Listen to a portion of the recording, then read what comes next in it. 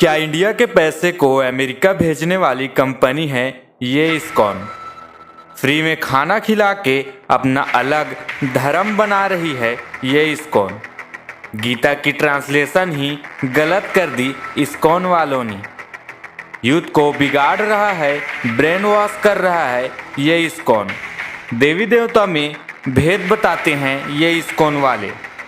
नमस्कार साथियों, चलिए जानते हैं आखिर इस्कॉन इतना सब करने के बावजूद अभी तक बैन क्यों नहीं हुआ, अभी तक इनको जेल में क्यों नहीं डाला गया है, ऐसा कुछ लोगों का कहना है। आखिर सच्चाई क्या है, चलिए जानते हैं। सबसे पहले इस तथाकथित इस्कॉन की हिस्ट्री जान लेते हैं। इसका पूरा नाम international society for Krishna consciousness ISKCON है। इस्कॉन के संस्थापक श्री भक्तिवेदांत स्वामी श्रील प्रभुपाद पहले वृंदावन उत्तर प्रदेश में एक संत के रूप में भक्ति करते थे। इनके गुरु भक्ति सिद्धांत सरस्वती ठाकुर जी ने प्रभुपाद से कहा, तुम युवा हो, तेजस्वी हो और अंग्रेजी जानते हो, कृष्ण भक्ति का विदेश में प्रचार प्रसार करो। 1965 में 69 वर्ष की आयु में श्रील प्रभुपाद ने न्यूयॉर्क के लिए एक पानी के जहाज पर सवार होकर यात्रा किया। यह यात्रा भी विश्वासघाती साबित हुई। उन्हें यात्रा के दौरान 2 बार दिल का दौरा पड़ा। समुद्र में 35 दिनों के बाद वह पहली बार भारतीय रुपए में केवल $60 और पवित्र संस्कृत ग्रंथों के अपने अनुवाद का एक टोकरा लेकर अकेले ब्रुकलिन घाट पर पहुंचे। 13 जुलाई 1966 न्यूयॉर्क शहर अमेरिका में इस्कॉन की संस्थापना हुई। प्रभुपाद ने भगवान कृष्ण की शिक्षाओं का प्रसार करते हुए व्याख्यान यात्रा पर 14 बार पूरे विश्व का भ्रमण किया। प्रभुपाद ने लगभग 76 से भी ज्यादा लैंग्वेज में सनातन धर्म की बुक्स को ट्रांसलेट किए हैं और बांटे भी हैं। श्री भक्तिवेदांत स्वामी श्रील प्रभुपाद का 14 नवंबर 1977 को श्रीधाम वृंदावन में निधन हो गया, जो आज उनके मिशन को आगे बढ़ाने वाले उनके प्यारे शिष्यों से घिरा हुआ है। प्रभुपाद ने पूरी दुनिया में 108 से भी ज्यादा मंदिर अपने दम पर बनाए थे। आज मंदिरों की संख्या काफी आगे बढ़ चुकी है। क्या इंडिया के पैसे को अमेरिका भेजने वाली कंपनी है ये इस्कॉन? इस्कॉन कभी भी इंडिया का पैसा कहीं और नहीं भेजता है। आप थोड़ा सा भी तार्किक बने और सोचें। प्रभुपाद ने सभी मंदिर को अपना खर्चा स्वयं उठाने का नियम निर्धारित किया है। इस्कॉन के हर मंदिर में भंडारा का व्यवस्था है, जिससे लाखों लोगों को भोजन की व्यवस्था प्रसाद के रूप में हो पाती है।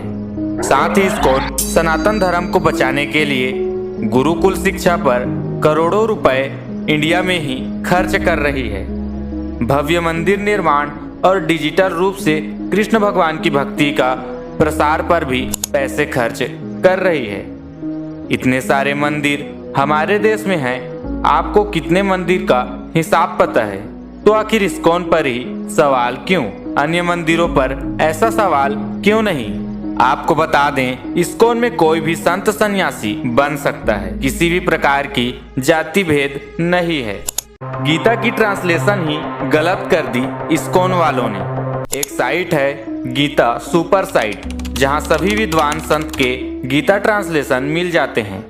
यहाँ 20 से भी अधिक संतों के ट्रांसलेशन 10 भाषा में आपको मिल जाएगा। अब इनमें से हर संतों के ट्रांसलेशन मैच नहीं करते, प्रायः एक से ही होते हैं, कुछ डिफरेंस होते हैं। तो क्या ये सभी गलत हो गई? बात करते हैं रामायण की। हिंदी में कम से कम 11, मराठी में 8, बांग्ला में 25, तमिल में 12, तेलुगु में 12 और उड़िया में 6 रामायणें मिलती हैं। हिंदी में लिखित गोस्वामी तुलसीदास कृत रामचरितमानस ने उत्तर भारत में विशेष स्थान पाया है। इसके अतिरिक्त भी संस्कृत, गुजराती, मलयालम, कन्नड़, असमिया, उर्दू, अरबी, फारसी आदि भाषाओं में राम कथा लिखी गई है। इनमें से कुछ भाग प्रायः अलग होते हैं या फिर विशेष होते हैं। तो क्या ये सभी रामायण भी गलत हो गई?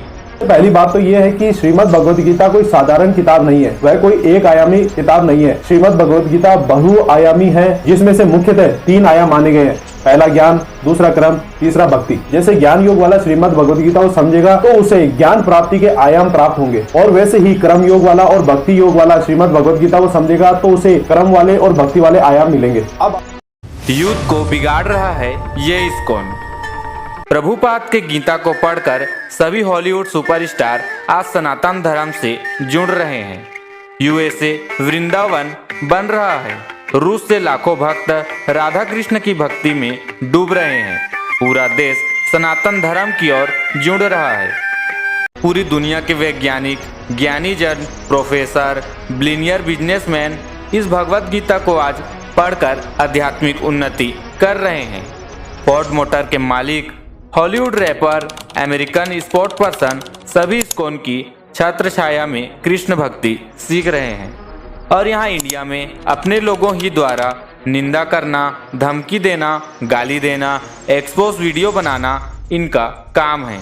जिस संस्था ने पूरे विश्व में सत्य सनातन धर्म को रिवाइव किया है, हमारे खत्म होते संस्कृति को बचाया है, उसे अपने लोग ही गाली देकर विरोध क्यों कर रहे हैं? जिस अमेरिका की फटी जीन्स और फटी ब्लाउज पहनकर तुम खुश होते थे, वो आज तिलक लगाकर साड़ी पहनकर घूम रहे हैं।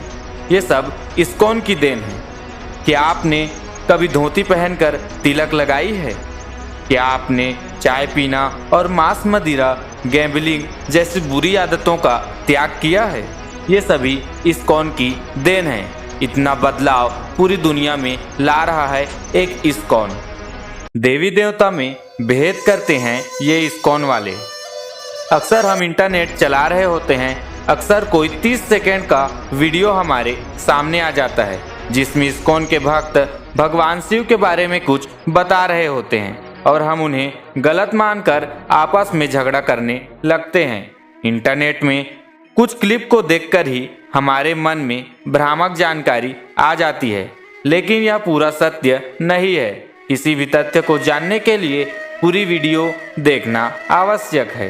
इस्कॉन के एक प्रसिद्ध शिव भक्त हैं। उनके चैनल का नाम है GKD। उनके चैनल पर 5 लाख सब्सक्राइबर हैं। वे केदारनाथ भी गए थे, वे वृंदावन भी जाते हैं, श्रील प्रभुपाद की बुक भी पढ़ते हैं और शिव भक्ति भी करते हैं।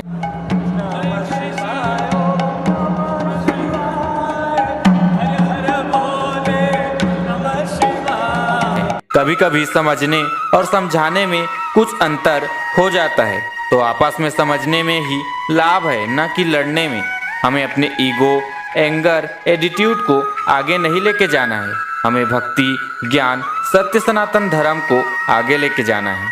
जातिवाद, रंग भेद, छुआछूत, भगवानों में भेद आदि विभाजित समस्याओं को परिवार की भांति मिलजुल कर सॉल्व करने में ही बुद्धिमती है। जय श्री राधे राधे कृष्ण कन्हैया, हरि बोल, हर हर महादेव। जय श्री सीताराम, राधे श्याम।